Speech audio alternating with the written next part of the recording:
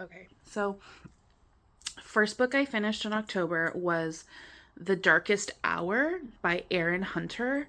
Aaron Hunter's not a real person. It's like a pseudonym for a group of writers, which is the sixth book and last book of the first arc of Warrior Cats, which is now called just Warriors. I was not a Warrior Cats girly growing up.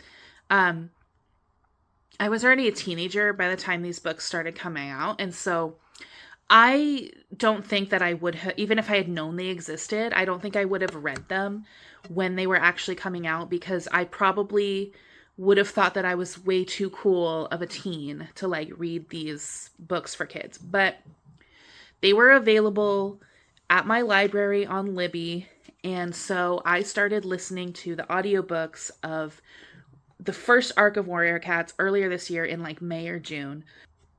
I can't really say like anything about this book that isn't going to spoil the first five books in the series. So I'm just going to suffice to say like that these are the best books ever written of all time ever. Nothing has ever been better. Nothing ever will be better. You need to read them.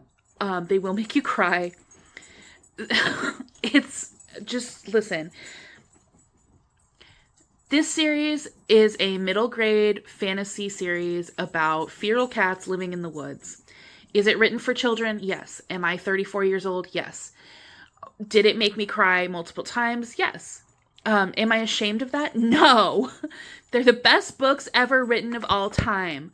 Okay? I don't make the rules. I'm simply a reporter of the facts. And the facts are that Warrior Cats is the greatest book ever written. And everybody needs to get on this boat. If you're not already on this boat, you need to get on the boat. Okay? There is more tension, more drama, more political intrigue in these middle grade fantasy books about cats than in any thriller or like 700 page epic fantasy novel that I've ever read in my entire life. Like, not one of these books was not 5 stars, okay? They're so good. It's just, I can't even imagine, like, I literally cannot imagine if these books had just come out like 5 years earlier than they did, the chokehold that this would have had on me as a reader, as a young reader. Like, my life would have been so changed if I had actually read these when I was the intended age audience. Just think of how different my life could have been. You know? I'm like turning tomato red just talking about how incredible Warrior Cats is. I'm 34. The second book that I finished in October was The Morte Darthur by Sir Thomas Malory, just to make it a huge shift in genre, age range, time period that it was written, just the biggest jump possible. The next book I finished was The Morte Darthur. I started reading Le Morte Darthur in June of 2025, and it took me 3 months to finish. To be fair to myself, I put it down for like a full month at one point without picking it back up. So Le Morte Darthur is the 14th century compilation that Sir Thomas Malory wrote of Arthurian legend as it was available at the time. Now, I mean, Arthurian legend has been around for like probably 1500 years at this point. He was not the first person to write about King Arthur. He's certainly not the last. But it is considered like one of the big texts in the field. And I don't remember why on earth I bought this book. I think it was just really cheap at a used bookstore, and I was like, yeah, sure. It was probably during that era where I thought that like reading really old classics made me cooler than other people. An era that I'm no longer in, thankfully. But why are you putting your butt in my face? Goodbye. It was fine. I don't know, man. It was fine. Like, parts of it were better than other parts. There was this one part, like, it's grouped into sections that surround different Arthurian legends, and some of them were better than others. Morte Darthur is, let us say, not the easiest read on like just a sentence by sentence level. I mean, we don't speak Middle English anymore. And so it's not like the most incredible reading experience to jump into. And I'm sure it was just the absolute greatest book ever written in the 14th century. But to a 21st century mind, it's just simply not the best prose in the world. There are actually a couple passages that I did really like. Sir Thomas Malory really hates the month of May, which I found very funny. He goes on not one but multiple tangents just randomly inserted throughout the book about how lusty the month of May is, and how like every time May comes around everybody gets all lusty and wants to just like really go at it. And he hates the month of May because he doesn't like lust. And it's just really funny. Like, he goes on and on and on. There's one point where he has a whole chapter, which, I mean, that chapter's only 1 page long, but it's an entire chapter where he just complains about the month of May and how much he hates the month of May. It's kind of a little microcosm of the overall book, which is that it is like, I think, pretty unintentionally funny. I don't think Sir Thomas was like intending for the Morte Darthur to be funny, but to my 21st century brain, there were parts of this that were hilarious. A big chunk of the book is devoted to the legend of Tristan and Isolde. Tristan and Isolde have their whole love story. I'm not going to spoil it for you, although, I mean, can you spoil a 700-year-old book? It's up for debate. They have their whole situation, and then at the end, when they're tragically separated, and Tristan takes off all his clothes, wanders into the forest, and just runs around naked for like a year or 3 years or something like that, until he almost starves to death because he's just been running naked around a forest. And like, I think Sir Thomas's intent with telling us that was that it was supposed to be tragic and sad. I thought it was hilarious. Everybody knows the legend of Lancelot and Guinevere. That takes up a very significant portion of the book. It's honestly, it's way, in my opinion, way more about Guinevere and Lancelot than it is about actual King Arthur. So Lancelot and Guinevere have their whole situation, and then when they are tragically separated at the end, Guinevere becomes a nun, Lancelot becomes a monk, and then, spoiler alert for the 700-year-old book, Guinevere dies. Lancelot, in his grief, like, again, strips naked, gets on a horse, and just, like, naked rides his horse into a forest and dies. And it, like, again, I don't think that was supposed to be funny. I don't think that Sir Malory was intending for that to be humorous. But to me, that is so fucking funny. He just naked rides a horse into the forest and dies. Like, it's too beautiful for words. Do you know what I mean? And in a similar vein, I need to talk about Lancelot. Okay, so a little bit of background for me. I'm a child of the 90s. My exposure to Arthurian legend as a child came from The Sword and the Stone Disney movie and Quest for Camelot, which was one of my favorite movies as a kid. So I don't know a lot about Arthur. um, and then when I was in college, of course, I watched Merlin because everybody at my college was watching Merlin, or at least all the fucking nerd girls were. But like, I'm not a Lancelot girly because Lancelot was not in Quest for Camelot. I'm a Gareth girly. He's what I grew up with. Like, Gareth is my boyfriend. And so, in, spoiler alert again, for the 700-year-old book of well-known legends, well-known to everyone but me, I think, he is in love with Guinevere. Guinevere is married to King Arthur. And Lancelot heroically stays away for a little bit from the temptation of, like, fucking his best friend's wife. But then he comes back to Britain and he's like, you know what? I just can't not fuck my best friend's wife. And so he does. And then he gets caught. And he's kind of on the run. Because King Arthur's like, you fucked my wife and I'm gonna kill you. Which, to be honest, like, that's kind of fair. He shouldn't have done it. He shouldn't have fucked his best friend's wife, okay? Anyway. He's on the run.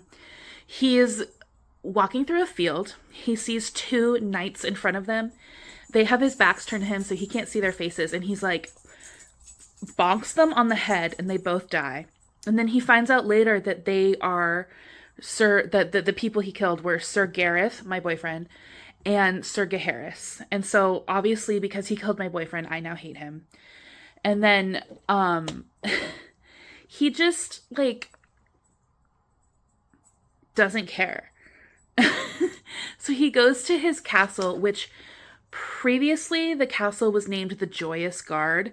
And then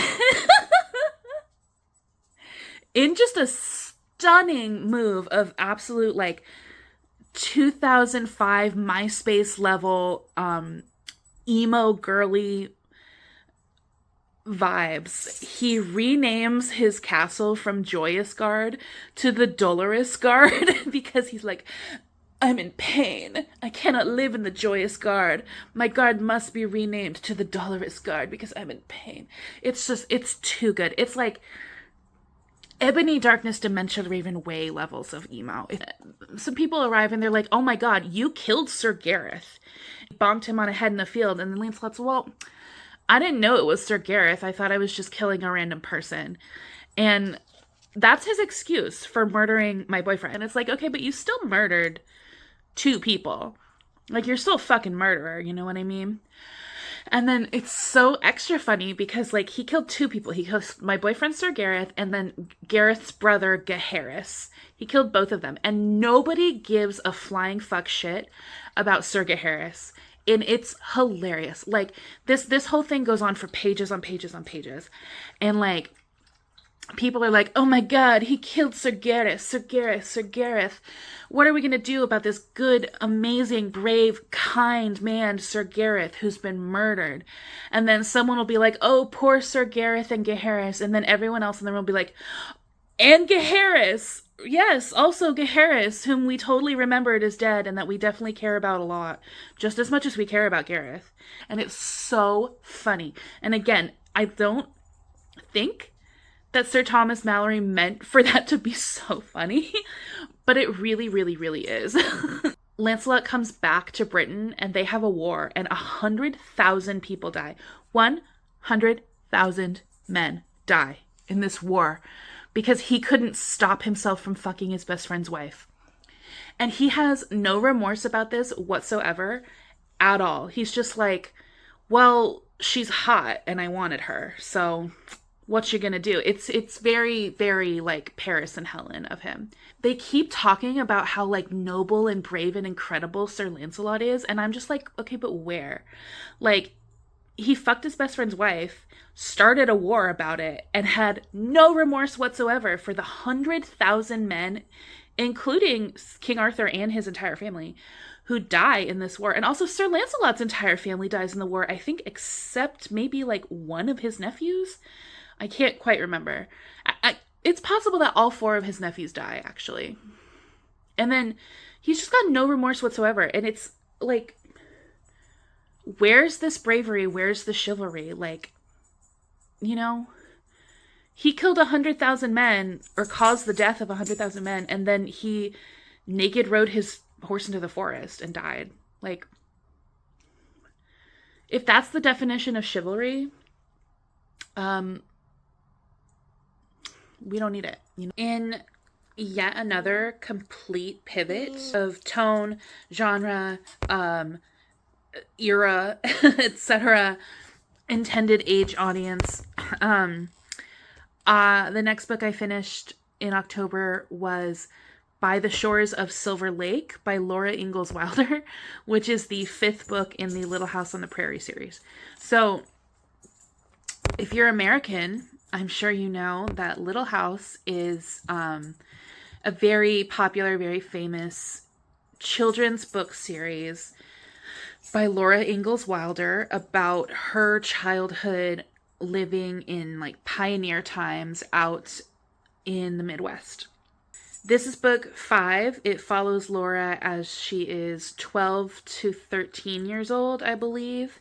Laura's dad, Charles Ingalls, he's got a lot of wanderlust. He was a real person. These were all, real things that happened, although they're fictionalized for the books. But Charles had a lot of wanderlust. He really had a hard time settling down, and so he would make his family move long distance every 1 to 2 years. Honestly, it was more like every 6 months to 2-3 years. He'd be like, you know what? Let's go west. Let's go east. Let's go west. Let's go east. And poor Caroline Ingalls, who is Laura's mom, is just like, okay, I guess. It's not like she had a choice, I mean, women didn't have choices back then. You just went where your husband told you to. And even though she's definitely not happy about it, he just keeps moving them all around town. And so they finally, in this book, get to the part of the Midwest where they're going to settle for the remainder of their lives, which is in North Dakota, or I think it's just called Dakota Territory at that point, but what will eventually be North Dakota. And basically it's just all about the little adventures that 12-year-old, 13-year-old Laura has with her siblings and her parents in what will eventually be De Smet, North or South Dakota. Actually, is it South Dakota? Don't ask me. Obviously, it's 1880. I know that things were different back then. I know, okay? I'm a classics reader.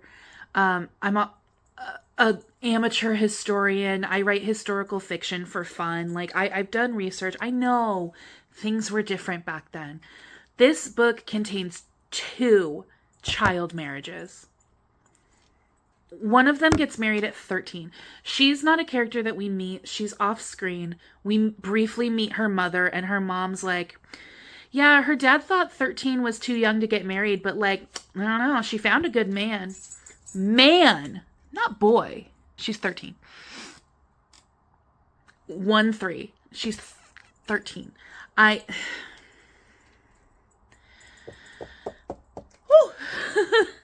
The other child bride is a pretty significant tertiary character named Mrs. Boast, which, yeah, okay, she's 17 years old. The idea of referring to a 17-year-old as Mrs. anything is so insane to my 21st century brain. She's 17 years old. Her husband is 21. So, the age gap is not disgusting the way that, 13 and grown man is. Mrs. Boast, because she's 17, comes over every day to play with the other kids because she's a child.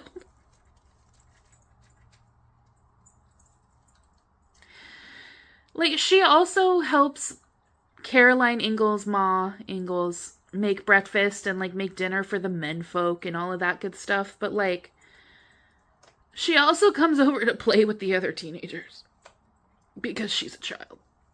And it's just a lot to take in because obviously in the book, this is presented as a completely normal thing to happen and to be reading about. And then to my brain, that is, 150 years in the future, it made me want to throw up. A little bit later on in the book, Pa Ingalls goes to town, which is like many, many miles away, and leaves the girly pops on their own. So it's Ma Ingalls and the 4 daughters. They're on their own, not too far away, like literally like, I don't know, like 100 feet away is Mr. Boast and Mrs. Boast, the child bride. And so there's a man around to protect them, the 21-year-old. And a bunch of dudes ride their horses past in their little wagons. It's winter, and they're like, hey, can we stay in your house? Because it's cold out here, and our horses are tired. We can't keep going. If we spend the night out here in our wagon, we will freeze to death and die. And Ma Ingalls is like, yeah, you can stay if you pay me. Which, like, yeah, get your bag, queen, but also, like, you do have 4 young daughters in your home, and these are lonely grown men. So what she does is she takes their money, she lets them stay in her living room, essentially on the floor, and she barricades her daughters in the bedroom so that they won't be, let us say, bothered by the grown men. These are children's books. Like, these are books for children. I read these books as a child. I don't remember any of this. I'm not saying it's a bad book or anything. It's just a little bit wild to me that something as horrifying as barricading your young daughters in a bedroom so that the grown men that are paying to sleep in your living room won't them is really nuts to include in your children's book, in my personal opinion. I mean, overall, the book was engaging. Were those things that were going on appropriate for the small children that are intended to read these books? Maybe not. Maybe not. But they sure did happen. It sure did happen. Both the book and the events of the book, because it's autobiographical. Okay. Next book I finished in October was Alanna by Tamora Pierce, or Tamara Pierce, or I'm sorry, I don't know how to say her first name. I've read this series, I believe, twice before. Roughly 10 to 12 years ago. I could open Goodreads and look, but I simply am not going to. Ms. Pierce is a very prolific middle grade to YA fantasy author from the 80s to like early 2000s. And she wrote many series. Most of them are quartets, although some of them are like 2 or 3 books instead of 4. Set in like 2 different worlds that she invented. And so Alanna was her very first series. The series as a whole is called Song of the Lioness, but Alanna is the first book of this first series. The 3rd time I read it. Basically, I needed an audiobook to listen to while I did chores. I couldn't think of anything I wanted to listen to. Nothing really sounded good on Libby, and so I went for my personal fallback when I can't think of something else to read or listen to, which is a middle grade fantasy that I've already read. Alanna is a young girl. She's like 10, 11, 12, something like that. And she's a twin. She's the girl half of a boy-girl twin duo. And she is supposed to go to like magic school, and her brother is supposed to go to the local castle to become a knight, but they don't want to do that. She doesn't want to be a magic girly, and he doesn't want to be a knight. So what they do is they switch places. Alanna disguises herself as a boy and tells everyone her name is Alan, and she goes to the castle to train to become a knight. And the only reason that this works is because Alanna and her brother Tom's father is such a recluse that, like, everyone knew he had kids, but nobody knew their names or their genders. She gets to the castle and they're like, oh, you're so-and-so whatever's kid. Cool. Because nobody knew that, like, his kids were a boy and a girl. They're like, oh, I guess his kids must have been 2 boys. So she goes to the castle and she starts to train to become a knight. And basically the first, like, part of knight's training is to be a page.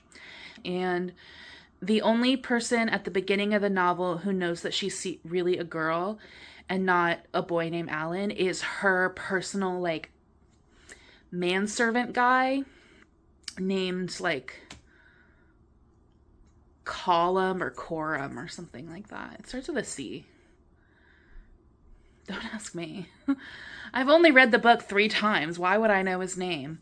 Anyway, she has adventures. She uncovers an evil plot. She reluctantly does use her magic, even though she doesn't like to do so. But yeah, so here's the thing. This book was a little bit boring, but not that bad. I don't remember, like, major plot details of this series. Mostly what I remember is that I believe starting in book 3, it's gonna get really racist. So I'm not sure that I'm gonna keep listening to the remainder of the series because I don't really want to read the racist book again. By racist, what I mean is fantasy racism, which is essentially that, like, in this world of Tortal, there is a big desert, and in that desert are poorly disguised Arab people. It gets weird, is what I'm gonna say. You know, also, there's some weird stuff considering that the age gap between Alanna and her 2 primary love interests. Although it's not as bad as the age gap in the second series set in this world. But, yeah, speaking of child brides, it was a little nostalgic little time listening to this book. It gave me something to listen to while I did dishes and, like, laundry and stuff, which is exactly what I needed it to do. The next book I read in October, well, I certainly have a lot more to say about it. So after I finished Alanna, obviously I needed a new audiobook to listen to while I did chores and played silly little games on my phone. And so I went on Libby, and again, I couldn't really think of anything that I wanted to listen to, so I filtered by audiobooks that were available now from my library. And I chose this book for one reason and one reason only, and that is because the first line of the description said, a TikTok sensation. And that sentence inspires conflicting feelings, let us say, in my soul.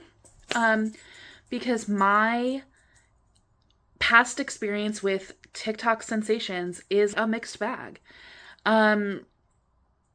So I went into this book thinking it could either be great or it would be a nightmare from which I would never wake. And it actually ended up being neither. But the book is called Night Shift. And it is a college romance. It is not a sports romance, even though the male main character is a basketball player. That does not come into play in literally any way whatsoever. So, what do I say about this book? It was a Wattpad book. I mean that literally, not just that it had a Wattpad vibe, but I mean that it was literally published to Wattpad prior to being a traditionally published book. And that fact, I feel, says more about this book than any review I could give. The story is about a 20-year-old college student. I think she's like a junior or something like that. I'm not sure that they ever actually say. But her name is Kendall, and she is an English major. She's kind of shy. She's not a huge partier or anything like that. Like she's got her friends who are also her roommates, of course. Oh my god, they were roommates. And she works the Friday night shift at a 24-hour library on her college campus. And one night, sometime in fall, this guy comes in. He is, of course, really, really, really tall because this is a new adult romance and everybody is 6'5". But this is honestly like one of the only times that his height actually makes sense, because he is indeed a basketball player. And his name is Vincent, and he comes in and he's like, can you help me find some poetry? Because he's taking a poetry class as like a general education class. And she's like, sure, I'll show you where the poetry is. She makes him walk up flights of stairs instead of the elevator, which, okay. So this is a large, I don't know if it's a large university, but it is a university. And there is one point in the book where her boss is described as pulling multiple like science books from one floor to another, which, you know, at the university I went to, we had the humanities library, and then we had a science library. And now apparently on this campus, it's all one big library. And so that tells me, I mean, if it's a university library and it houses both humanities and sciences, it's probably a really big library, right? Why does she make him go up the fucking stairs? No, she says that she doesn't want to be trapped in an elevator with him because she was reading a spicy novel at work, which is already a choice. And she was like, oh, I don't want to like be trapped in an elevator with a hot guy when I was just reading a spicy novel. And so she makes him go upstairs, which, like, first of all, do you not know how to use a library catalog? Like, why are you making him walk up the stairs? Like, multiple flights of stairs. I don't know. It struck me as really weird. Also, you're so turned on by the books you read that you can't be in an elevator with somebody? That's nuts. Honestly, it does end up kind of making sense because, of course, when Kendall and Vincent get to the poetry section of the library, they make out. They've never met before in their entire lives. But they just start like making out at the library because they get like really turned on by looking for poetry. Elizabeth Barrett Browning plays a significant role in the relative like dampness of her underwear. Really, probably the biggest issue I had with this book is the pacing, because they meet. This is the first scene of the book. They meet. They've never met before. They're complete strangers, right? So then they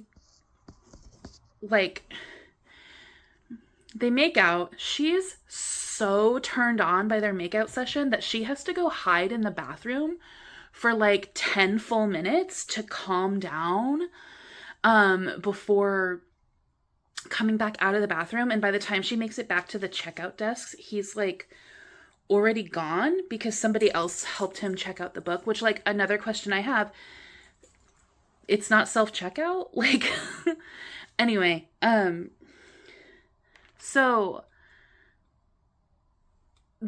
he leaves, right? But he leaves her he comes back like a week later and gives her coworker his email address and is like, hey, can you give this to Kendall? I'm looking for a poetry tutor.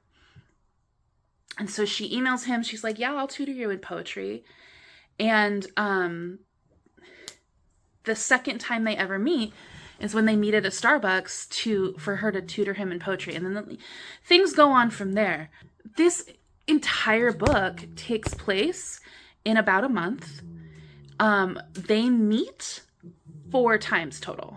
So like they meet at the night shift at the library. They meet up at Starbucks like 2 weeks later. A couple days after that, they meet up again at his birthday party. And then the 4th time that they ever meet ever is when they profess their love for each other. And I'm like, okay, but you've met 4 times. Like, what do you mean you're in love? And that happens at the like 65-ish, 66-ish% mark of the book. And then like, or 65 to 70%, I think, if I remember correctly, is the love confession. And then from 70% all the way to like 95-ish% when the epilogue starts is just smut. I'm not joking whatsoever. Okay, the big love... I'm getting into like big spoiler territory here. I'm sorry. If you have any desire to read the book Night Shift, don't listen to anything that I'm about to say, because... So, the 3rd time they ever meet ever, they have their like big miscommunication breakup scene. And I'm like, well, first of all, it's not a breakup scene because this is the 3rd time you've ever met and you're not dating. And then like another like 2 weeks pass after that, and then she does her big grand romantic gesture, which takes place in a bookstore. They go to the top floor of the bookstore, and then, I'm not kidding, the next 10 to 15 possibly % of this like 10-hour book is one single blowjob. It's so long.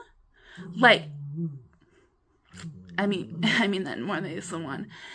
But this scene is so long. I'm not even a little bit joking. It's literally between 10 and 15% of the entire book is one single. I filmed a live reaction as I was listening to this book, because I was planning on doing a different video, which I have now scrapped, but I do have the footage still of my reaction to listening to this. And I think I need to insert it here because it is so... It's one single... And it goes for so long. Okay, so insert here, okay? Hello again. My hair looks wild right now. Okay, I am 60% of the way through Night Shift. Her working the night shift at the library has literally nothing to do with anything, like, other than the inciting incident for the story. It has not played any kind of role in the plot at all. So I'm really not sure why that was the choice they went with for the book title. Anyway, I'm liking it. I was super liking it.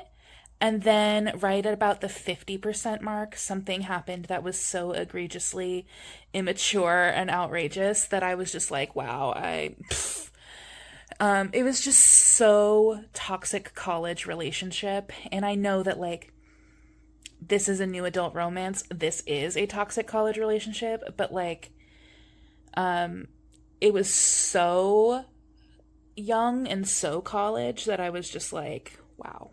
We're now at 60%, and I'm a little bit confused because they've already had, I guess it wasn't a third act breakup, it was a mid-book breakup, and now she's like on her way to see him to make a grand romantic gesture to try to do the makeup. But we're only at 60% of the book, and I'm like, so there's a few options here. Like, number one, he doesn't accept her apology and they don't get back together, and then I have to put up with them brooding for a long time. Option two is that, like, they do get back together and then somehow there's going to be some other kind of plot point introduced to Or, God, I hope there's not two breakups.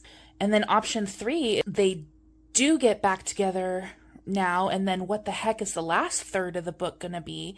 Because I hope that the last third of the book isn't all smut, because I will not be happy with that. I'm hopeful, I remain hopeful that it's gonna pick back up and do the thing, and hopefully I'll end up liking the book. Okay. Um she describes his appendage as being longer than her hand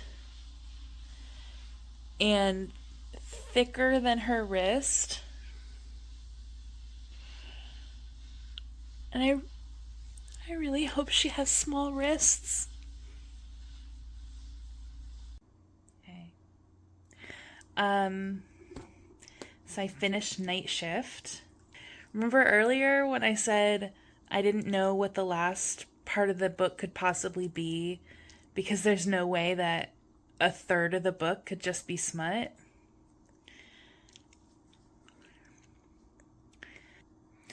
Yeah, I mean, I liked the first half of this book, and then from 50 to 60% was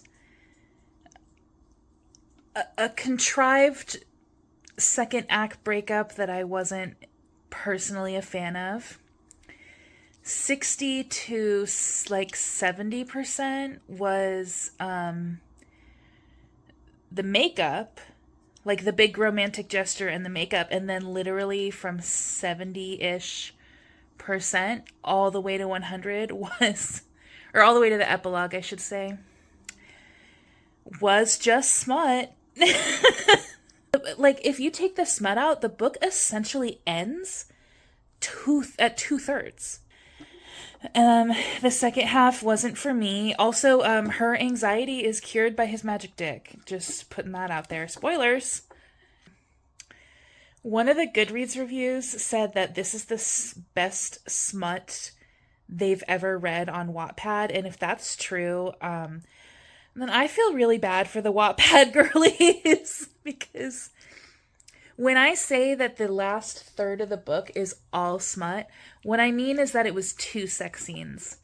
Her grand romantic gesture, again, spoiler alert, her grand romantic gesture takes place in a bookstore. She gives him in the bookstore for like a really long time. Like a really long time. And then he takes her home where they smash. It's her first time ever. He's huge. He gets rough with her because she asks him to. It was consensual. But just like, he's enormous. It's her first time ever. And she asks him to get rough with her, and she's like, yeah, I might be a little bit sore. And I'm like, girl, like, the bottom half of your body is probably exploded, like, off of your spine.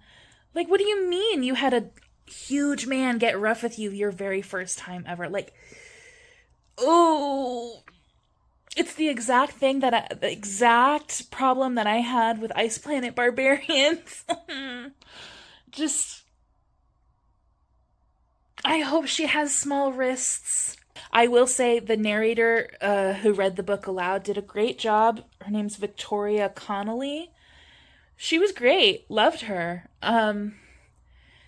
So I hope she's given some better books to read.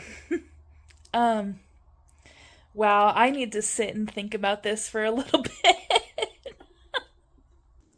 So I was reviewing some of my notes that I took while I was reading Night Shift. And by notes, I mean just absolutely unhinged rambling. But I had completely forgotten about this absolutely ridiculous conversation that our male and female main characters have. when they're like trying to get to know each other. And so he's like, I can't remember what his major is. I think it's some kind of biology, and she is an English major. He's asking her about being an English major, and he says, "Is there a lot of diversity in that department?" And she's just like, "Yes. Over 2/3 of my professors are women, and many of them are part of the LGBTQIA community." And it reads exactly like that. Like I can't remember which part of the book this is. Maybe it's when they're at the coffee shop. Because there's literally, they only meet 4 times. Kendall, they're both white. Like they're white. But Kendall has 2 roommates, and her 2 roommates, like, I'm sorry, it's just the diversity in this book is so funny. It's one of the funniest things I've ever read, because it's like somehow worse than Icebreaker in terms of the absolute like forced diversity department. Okay, so one of her roommates, I don't remember their names. I'm gonna be totally honest, I do not remember their names. One of them is like Hallie or Haley or Harper maybe. And she's black, apparently. Except because she's never described in any kind of way, the only reason we know that she's black is because at one point when she gets really frustrated in her, the toxic situationship that she's in, she like pauses in the middle of ranting about her hookup and to go, "I'm so tired of being a strong black woman." And, and that's the only reason we know that she's black. And then the other one, whose name, again, I also don't remember, she apparently is Latina. And the only reason we know this is because at one point, when Kendall is like down in the dumps over a miscommunication with Vincent, her Latina roommate, whose name I don't remember, says that I'm a native Spanish speaker, and then a couple lines later she goes, "We have mucho tequila." It's so stupid. This book is published. This isn't self-published. This is a published book. And I know it started on Wattpad, so I should have low expectations. But it was published. A publisher picked up this book, did not edit it whatsoever, as far as I can tell, and just sent it to press with those lines still in it.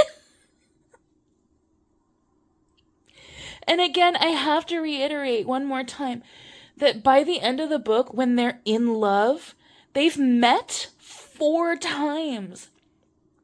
It's only the 4th time they've ever spoken to each other, and they're in love. Oh. Welcome back to the present day. So the next book I finished in October was The Gate of the Feral Gods by Matt Dinniman, which is the 4th book in the Dungeon Crawler Carl series. Which, again, unfortunately, because this is the 4th book in a series, I can't say a lot about it without spoiling the entire series. So, Dungeon Crawler Carl, as a concept, is about an alien invasion on Earth that kills, like, almost everybody. And of the survivors, you either have the choice to try to survive in the post-apocalyptic world and potentially just die of like exposure and starvation, or you can enter a video game reality TV show. And so our main girly Carl chooses to enter the video game, and he is going through this video game with his ex-girlfriend's cat as his sidekick. The way that the series is set up is that like every book is a different floor of this video game dungeon. And so every book has a completely different setup and setting and just general vibe from all of the other books. So this book 4, is completely different from the setting of book 3, which is completely different from the setting of book 2, and so on and so forth. So I really liked the setting of this book. I actually liked it a lot more than book 3. Like, I gave book 3 like 4.25 or 4.5 stars or something like that. Like, I still really enjoyed the book. It's just that I found book 3 really, like, just the setup and the setting really confusing. And book 4 was a lot easier for me to wrap my mind around. And so I loved this book. I had a grand old time. And I don't usually, like, intentionally choose to read really long, dense sci-fi fantasy books, but I adore this series so much. This book is insane. There are some really just truly nuts scenes that happen. Two of the boss fights in particular are like just next level in terms of bananasosity. Minor contextless spoilers. The waifu, the sand ooze, the crystal doll. I didn't think the book could get weirder after the goose. I would absolutely love to see how Matt Dinniman comes up with these concepts. Like, I kind of had the idea that maybe he just has like several like random number generator wheels of random words that he presses on a computer and is like, "Ooh, the boss fight now is going to be a this is not real to the book, so this is not a spoiler. A golden metallic automaton of a living raspberry," or something. Like, that's kind of the way that I assume. Or maybe he just has a big dictionary and he like flips pages and he's like, a pink steampunk living flower. Or, you know, I'm so curious as to how he comes up with the scenarios that end up happening in these books. I'm really excited to get to book 5. I've been renting them from my library, and because they're so popular, that means that I have like sometimes 1, sometimes 3 months in between like being able to read each book in the series. And then I only have 3 weeks to read each one. And because they're chonksters, I mean, this book was almost 600 pages. I think the next one is like 700. Book 7 is like 900 pages, which I'm really like worried about getting to, because I'm like, am I going to be able to read that in 3 weeks? I don't know.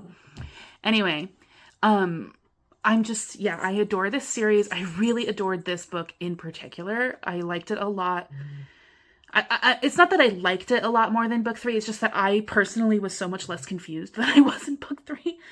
I'm so excited to read book 5, 6, 7, and then I'm really sad. I think book 8 comes out like next May or something, which, I mean, at the rate that I'm getting them from the library right now, I might not even be at book 8 by the time May comes around. But also, I think it comes out like right before my birthday, so 2 more books to go. So the next book that I finished in October was Beard Science by Penny Reed.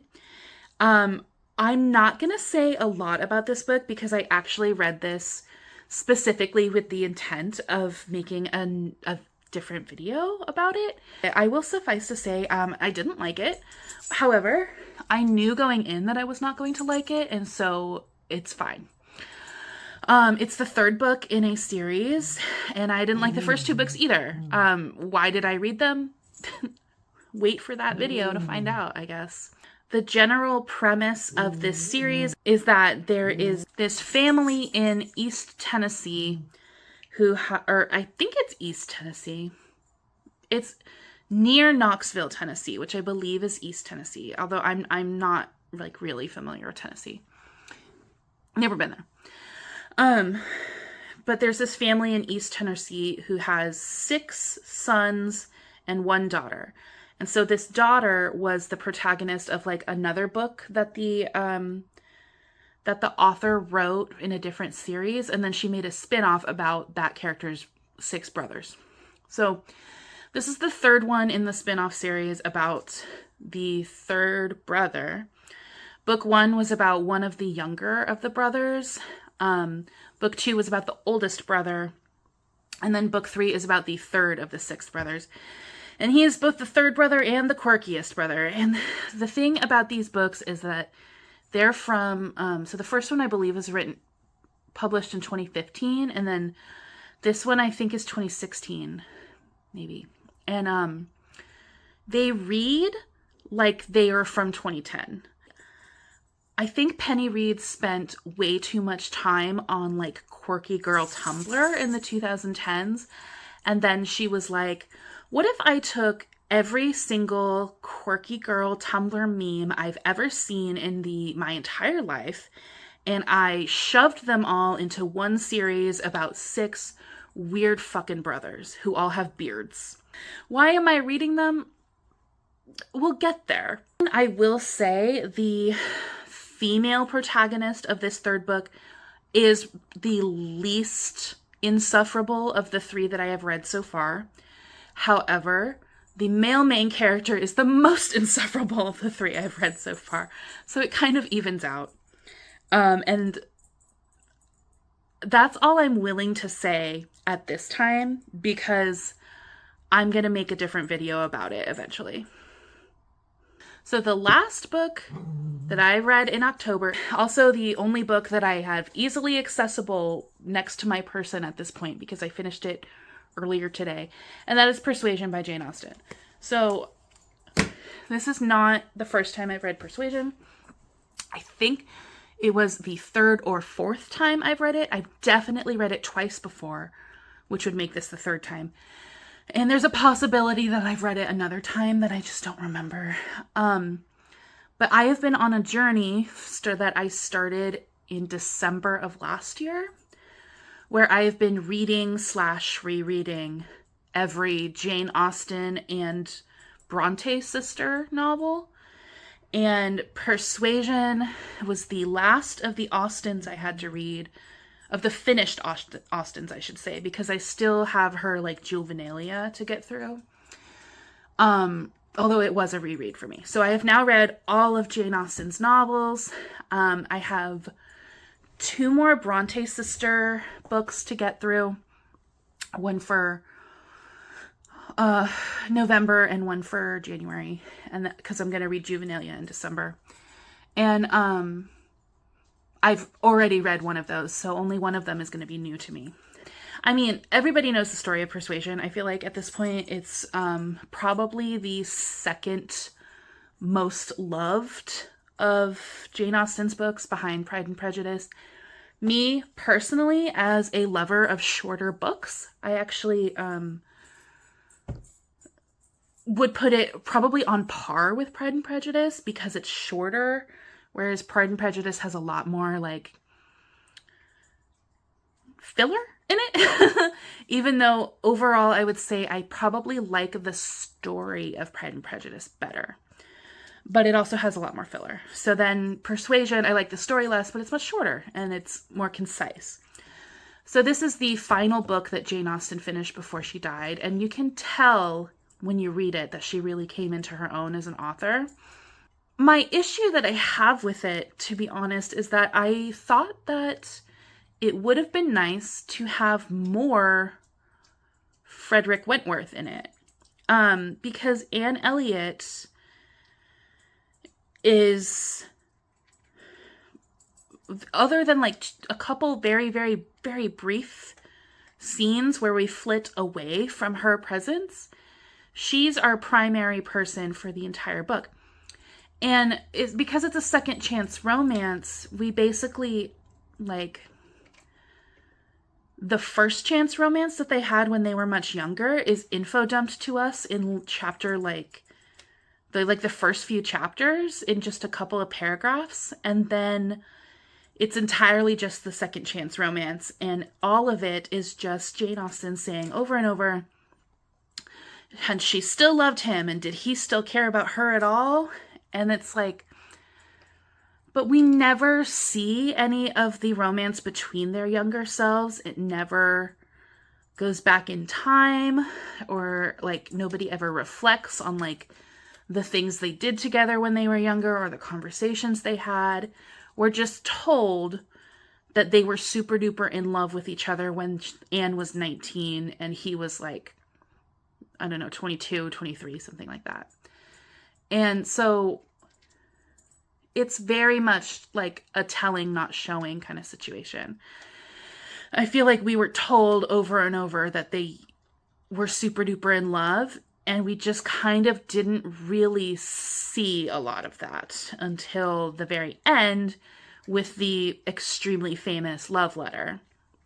So I do love Persuasion, and I love the story, and I love Anne Elliot as a character, and it's also just, Jane Austen is just so freaking funny.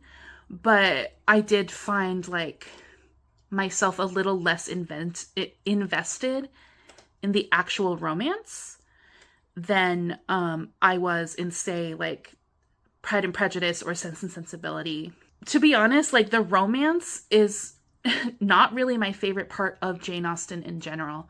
My favorite aspect of her writing is just the incredibly witty social commentary, because she was just such a funny writer, and I'm so in love with just the wit of her writing.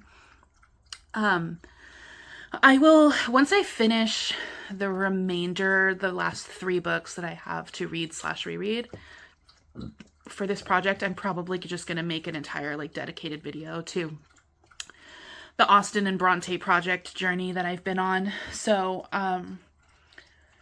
I'm sure you'll hear me reiterate these exact same thoughts later. Hopefully I'll actually write a script for it at that time, and so they'll be a lot more concise and better presented. And maybe I will actually film it not in the at nighttime, so there might even actually be like good lighting.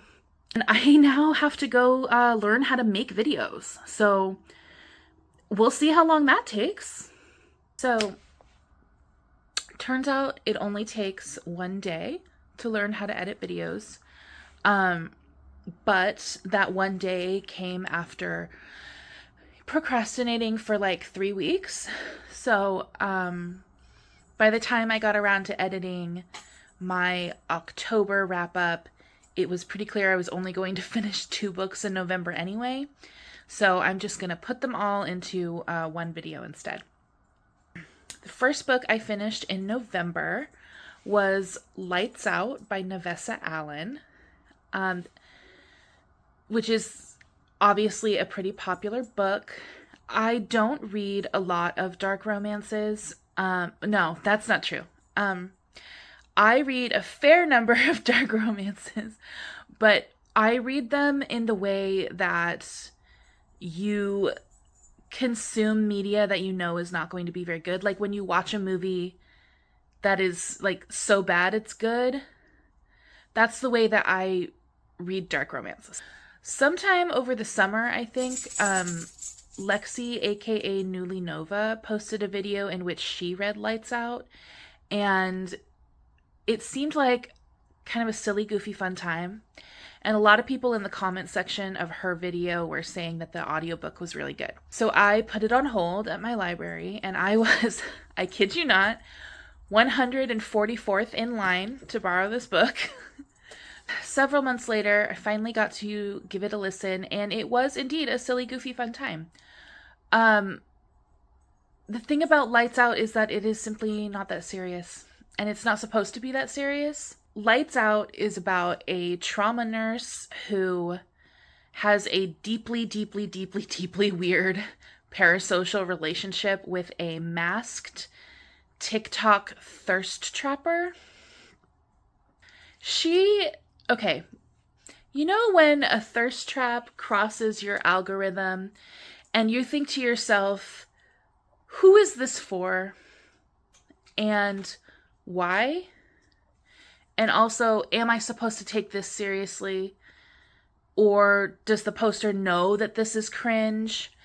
And then you open up the comment sections and you see, like, presumably real, actual women responding in the comments with their full chests.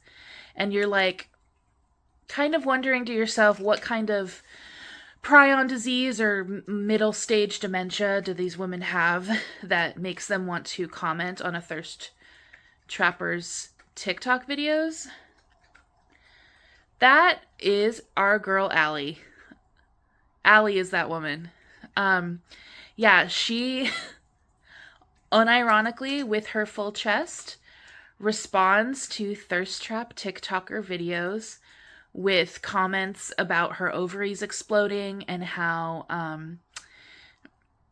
she wants the thirst trapper to get her prego, and that she just some interesting comments that she leaves on the thirst trap TikTokers videos. So one day, Allie is at work and she is watching these thirst trap TikTok videos in her public work break room with no headphones on and the volume up, which is already a choice. And she comments on the video that she wishes the thirst trapper would break into her house and have relations with her with his mask on. Okay. And then so this is when we meet Josh. So Josh is a thirst trap TikToker slash hacker slash amateur stalker. And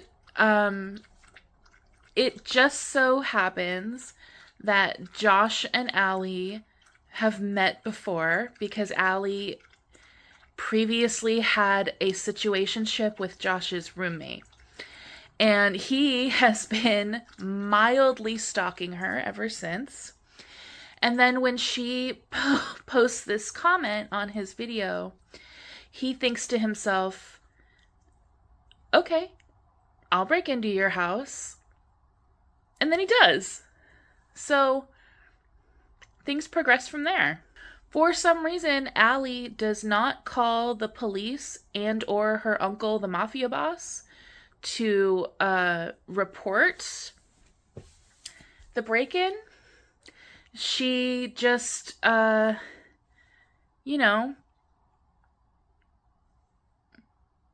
falls in love with him instead. Things get weird. There's the mafia. There's a pretty cute cat involved. Allie has a second stalker that shows up.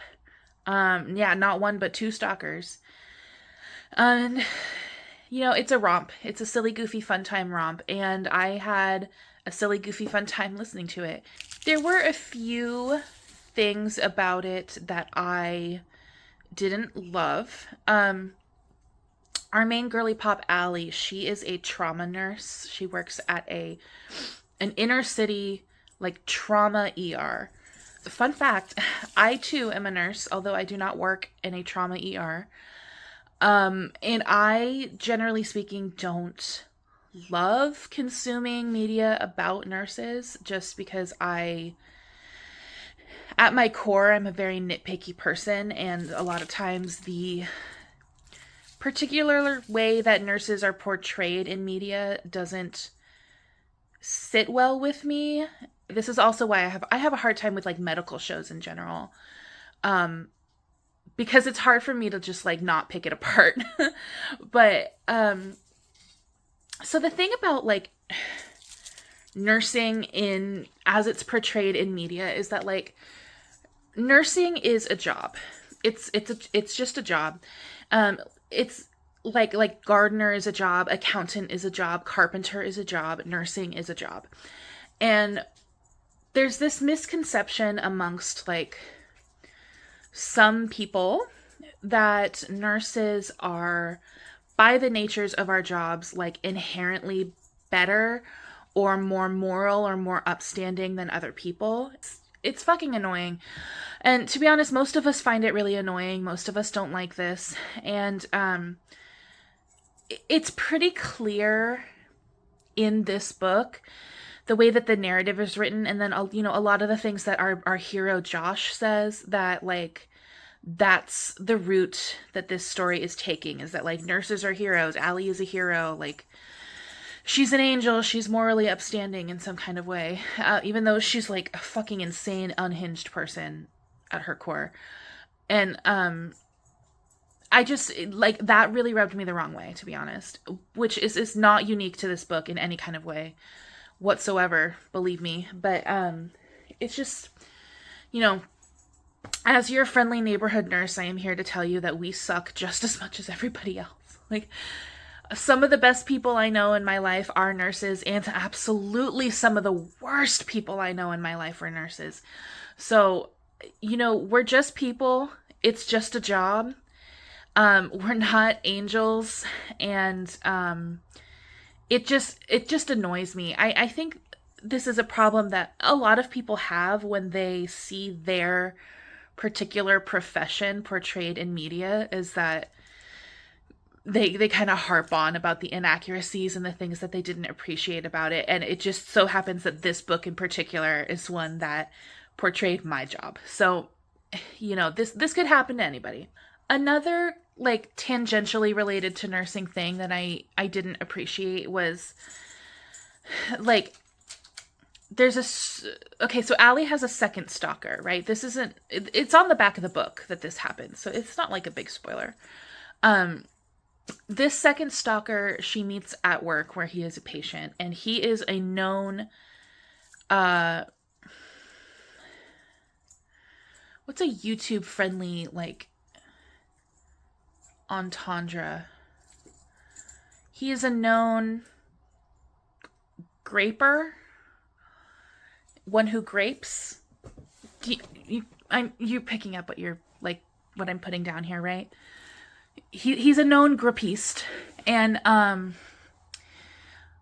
guess there's like only one male nurse in the ER that day, and all of the female nurse, and he's busy, so like all the female nurses are like, I don't want to treat this man. And so Allie like volunteers to be the nurse who treats the known grapiste, and she gets into a bit of a situation with him where he tries to schmalt her, and when he starts yelling, like, security guard responds, and it just like, I don't really understand why Allie didn't just take a chaperone into the room with her. This is something that we do all the time when you have like a creepy patient, is you just take a chaperone with you so that you have like, first of all, a witness to anything that might happen, and then also like your creepy patient is a lot less likely to be creepy with you when there's just already a witness there. So I just don't really understand why Allie didn't take a witness in, other than the fact that because Josh is stalking her through the hospital's security cameras, watching the grapiste try to prey upon Allie, like, spurs him into like protective alpha mode, and then he has his like moment of realization of like, oh, maybe breaking into her house was weird and creepy and not cool, because now I've seen how upset she got when this other guy did something weird and creepy to her. And I just really did not like that, because I just don't appreciate that his bit like character growth was spurred on by watching his girlfriend be schmalted by a different creep in a situation where that could have been avoided, because she could have just taken a chaperone into the room with her.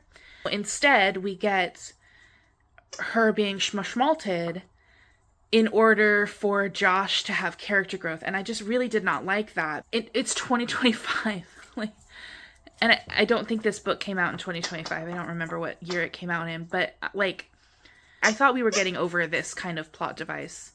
But there were a few funny moments. I mean, there were definitely some moments that had me going, you know. At one point, Allie says, and I quote, his voice grew quieter the farther away he walked, and I had to pause the book because I was like, yeah, Allie, that's how that works, babe. Like, so this isn't really a spoiler because it comes up very, very early on in the book.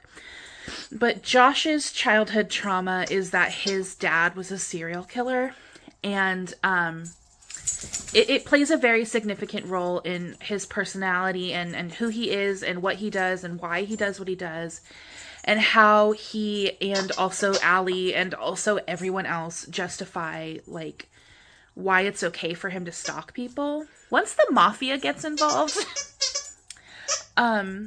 Josh expresses, like, surprise to find out that the mafia knows about his dad. It's like he didn't expect that the mafia, the actual literal Italian mafia, would, like, Google search their niece's boyfriend. I don't know. Sometimes Josh is just, like, really dumb. Overall, other than the couple things I mentioned, like, this was a silly, goofy, fun time. I had mostly a silly, goofy, fun time listening to it.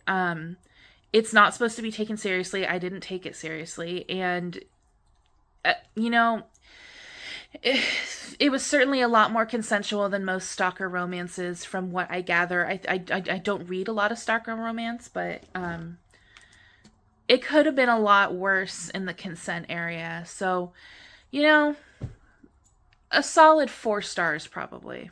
I think I like this lighting better, but I don't know. I'm playing around with it still. Anyway, so the second and final book I finished for November was The Tenant of Wildfell Hall by Anne Bronte. So this is part of the same, like, little project or experiment I'm doing where I've been reading/rereading all of Jane Austen and the Bronte sisters' books. This is my second to last of the Brontes. It was my final Anne Bronte book. This was a reread for me. I did read this once about probably 10 years ago, and I didn't really remember anything about it except kind of the basic overall plot, which is that there's this farmer named Gilbert who lives in a small village in England, and up on this hill, I think, is like this semi-dilapidated old house, and a new neighbor moves into, like, part of this house. Like, they refurbish, like, 3 rooms so that this lady can move into this house. And she is a young widow who has some very progressive ideas about, like, marriage, women's roles in society and such. She has a young son who's about 5 years old. She clashes with a lot of the townsfolk, but Gilbert feels very drawn to her. Rumors get tossed about regarding this young widow, and Gilbert kind of works to unravel the mystery of, like, who she is and what her story is. So the book is told through this, like, narrative within a narrative within a narrative structure. Gilbert is writing a letter to his brother-in-law, telling the story about 20 years ago when he met Helen, this young widow. And within his letter, which is 500 pages long, he includes the entirety of her diary, which is, like, probably 250 to 300 pages of the whole book. And then, like, within that diary are transcriptions of other letters. So it's like a letter within a diary within a letter, you know, just matryoshka dolls of narrative structure here. Similar to how Wuthering Heights was set up, where it was like, you know, Lockwood narrating, Nellie narrating a letter that Isabella wrote that was narrating, like, dialogue that Joseph said, you know, just, like, if you think about it too hard, it does kind of start to fall apart, because like there's no way that you are perfectly recollecting a conversation had between two people when you are also filtering it through like 4 levels of narrative structure. But, don't think about it too hard. It's going to fall apart. The Tenant of Wildfell Hall is often cited as an early feminist novel. In my opinion, like early feminist depends a lot on context and like location and culture, but I guess if we're talking about England specifically, it is kind of an early feminist novel. Like, you can make that argument, even though I would personally say that it's, not. Just because there were English women writing feminist novels like a solid 50 years before this book came out. There's only one Bronte sister novel that I have not read at this point, which is Villette by Charlotte Bronte. I've now read all of the other 6 of them. So thus far, excluding Villette, I would definitely say that this is the most feminist. So Tenant is essentially a novel about a woman who is refusing to bow down to what we now call the cult of domesticity. So the cult of domesticity was a social and in many ways legal practice holding that women were virtuous and pious, and the role of woman was to be a mother and a wife and to be a moral refuge for her husband, and men are subjected to the evils of the world because they witness all this sin and this immorality and these terrible things that happen. But women are beautiful and angels, and they love God, and that, it's the job of the woman to save her husband's soul, essentially. So men are like inherently at their core gross and disgusting and prone to sin, and they get married to a beautiful, peaceful, innocent angel, and she fixes him and she saves his soul, and then they both get to ascend to heaven. So Helen, filtered through the eyes of Gilbert, rejects this. She gets married at a very young age to a man who turns out to be like a pretty violent and misogynist alcoholic. And she's like, you know what? Actually, it's not my fault that he's abusive, and it's actually not my job to fix him. He needs to fix himself. And this was considered just like absolutely shocking and appalling to like the contemporary readers of the 1840s. Readers all across Victorian England were just like absolutely outraged by the ideas presented in this book. And you know what? So am I, for very different reasons. So obviously this book has no trigger warnings because it's from the 1840s, but the on-page abuse that Helen suffers during the portions where we're reading her diary are pretty graphic.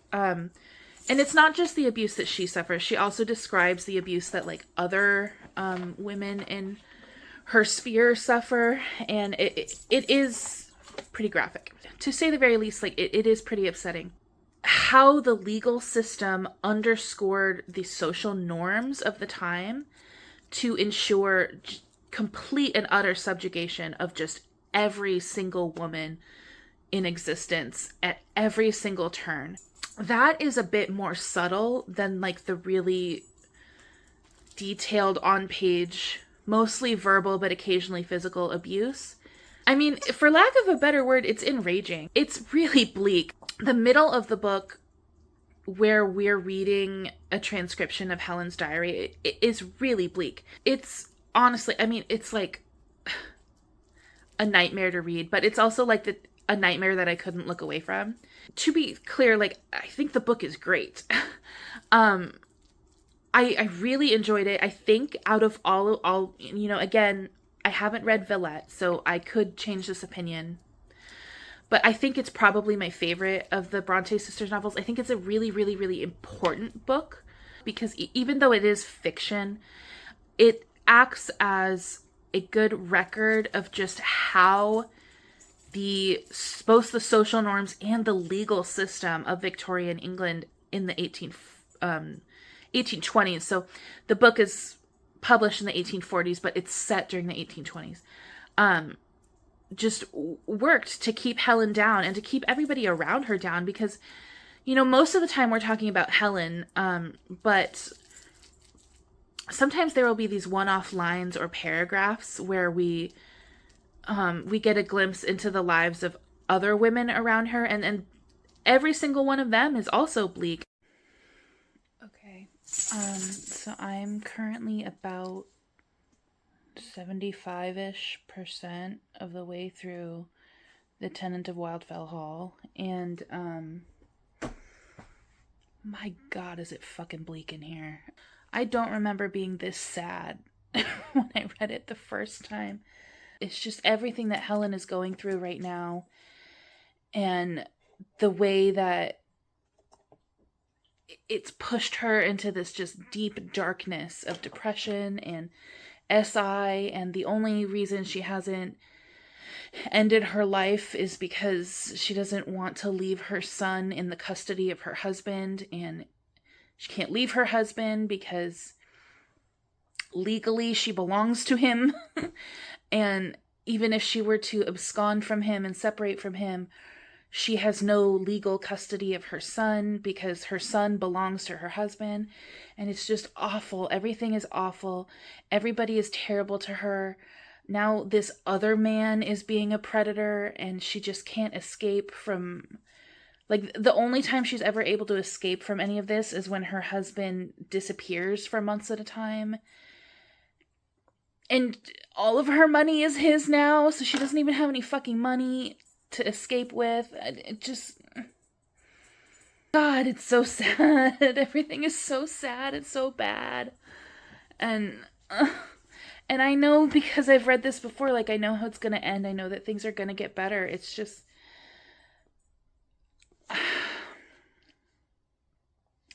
It's just knowing that in this book, this fictional book that someone wrote, things are going to get better. But all of the millions and millions of real women that were in these kind of situations, it didn't get better for them. And there still are millions of women in these kinds of situations all over the world, even in countries like ours where the laws have changed to allow women to be independent and to leave their abusive husbands. Socially, it's still unacceptable to a lot of people. I mean, I know it's going to get better for Helen. It's just thinking about all of the real, actual historical women that it did not get better for is making me so upset. And this is the reality that, like, certain people in the world and their trad wives want to return to. And it's just awful. Hello again. I'm screaming. Okay, I'm almost done with the Tenant of Wildfell Hall, and the whiplash of emotions that I just felt in reading this paragraph on page 481 out of 523. Like, I'm so excited at the top of this page because he did the thing. He said the thing. He said the title of the book. I love when that happens in a book, when they say the title of the book. It brings me such joy. And so I'm happy. I'm like, woohoo, he did the thing. And then he says, and finally, her deceased husband, with his usual selfishness, might have so constructed his will as to place restrictions upon her marrying again. This is where I'm screaming. I am screaming. What? He's finally dead on page 480. And you're telling me that he's finally dead and she's free of him, but there's a chance that he may have written his will so as to exclude her from ever marrying again? Like, from beyond the grave, this man could still control her life. It makes me so mad. Like, these are the laws and the rules that we lived under for so long, and that so many women in the world still live under. And it drives me insane. And I'm so upset. And I'm so sad just thinking of all the millions and millions and millions, probably billions of women who went through this shit all through history. I'm so mad. Like, this book is so good, but it makes me so upset in every possible way, like on every level. My body is shaking. Oh. You can see from the clips that this book was pretty upsetting, even though I did really like it. It's kind of in the way that I really loved the book Room by Emma Donoghue, but it horrified me so much that I don't think I would ever reread it. I might reread Tenant of Wildfell Hall maybe in another 10 years, but like it was pretty upsetting. But one of the hardest things about reading this is that I went on Goodreads and looked at some of the reviews that other people had left, and it really was like even more upsetting than the book itself to see some of the reviews and some people who are saying that like Helen, not that she deserved to be abused necessarily, but that they have no empathy for the abuse she suffered because she was like a little bit annoying. And yes, Helen is a little bit annoying. I mean, she's extremely, extremely religious. And that was very, very normal in the 1840s. Whereas in the 21st century, like for somebody like me who is not religious, it can be a little bit annoying to read about sometimes because she talks about God so much. But, you know, that doesn't mean that the abuse is any less horrific. So it was really like upsetting, even more than the book, to go on Goodreads and see these reviews about people saying that they had no empathy for her because she was annoying and therefore they couldn't feel bad for her for being abused by her husband. I don't understand how anybody could read this book and have any reaction other than to be filled with like pure, genuine, organic, grass-fed feminine rage. How can you read this and not be so mad and so upset? How could anybody read this book and not be enraged? I'm just... God. I'm so upset. This book made me want to like burn the world down. I don't know. It's great. Will I read it again? Maybe in another 10 years. Like, it's one of those books that I don't think I could read very often because it filled me with such rage. But it was really good. Really, really good. Anyway, okay, so that is every book that I finished in October and November of 2025. What books am I currently reading? I'm currently reading 4 books. Oh, now the sun decides to come out when I'm done filming. That's cool. That's so great. I love it. I'm not redoing it. Okay. Anyway, I am currently reading 4 books that I'm like in the middle of. So, my December read for my Austen and Bronte project is Sanditon and Other Tales by Jane Austen. I have not read any of these before. It contains Lady Susan, which is a novella that Jane wrote when she was 18, I think. And then 2 unfinished, like, partial stories that she had in progress when she passed away. Never read any of them. I'm 1 chapter in, so I have no opinions on it whatsoever. I am also currently in the middle of... I don't have the physical copy because it's in my my work bag, and I'm not going to get up and go get it. But I'm in the middle of A Lady for a Duke by Alexis Hall. That's the book that I've been taking to work with me, ostensibly to read on my lunch breaks, although most of the time I spend my lunch breaks either just keeping working or like on my phone. But in theory, it's my workbook. I'm also, let's see, 133 pages into Twisted Lies by Anna Huang. Or Anna Wong. I'm not sure, sorry. Yeah, that's going probably about as well as you can imagine. More on that, I guess, when I finish it.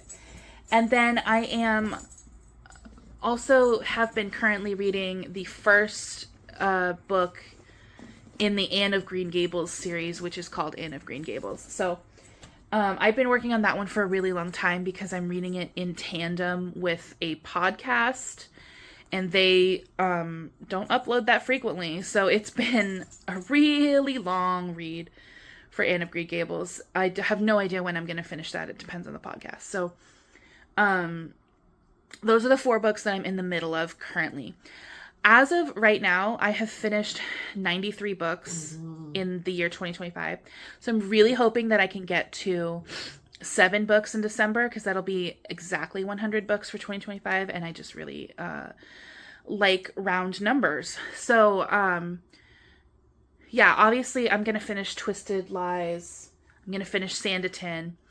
I have a few books on hold at the library that I'm hoping to get to, that I'm hoping will be ready soon. I do have the 5th Dungeon Crawler Carl book on hold at the library, but I looked it up this morning and I'm number 3 on the holds list still, and I don't know if I'm going to get it in December, or if I might not be able to get a hold of it until January, but we'll see. So yeah, I'm hoping for 7. And that's all I've got to say. Pie?